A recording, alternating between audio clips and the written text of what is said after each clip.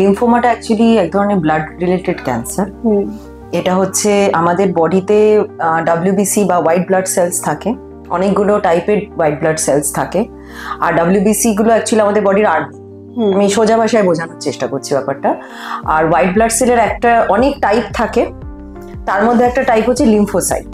সেই লিম্ফোসাইট গুলো আমাদের যেরকম ব্লাড ভেসেলস মানে ভেইন আর্টারির মধ্যে দিয়ে লাল রক্ত যায়, তার প্যারালালি আমাদের একটা লিম্ফ্যাটিক ডাক্ট যায়। প্রত্যেকটা ভেইন আর্টারির প্যারালালি আমাদের একটা লিম্ফ্যাটিক ডাক্ট যায়, এবং সেই লিম্ফ্যাটিক ডাক্টগুলোর মধ্যে দিয়ে লিম্ফোসাইটগুলো ট্রান্সপোর্ট হয়ে তারা রিজার্ভ থাকে বা রিজার্ভয়ার হিসেবে লিম্ফ নোডের ভেতরে থাকে। মানে লিম্ফ নোডটা বেসিক্যালি রিজার্ভয়ার লিম্ফোসাইটের।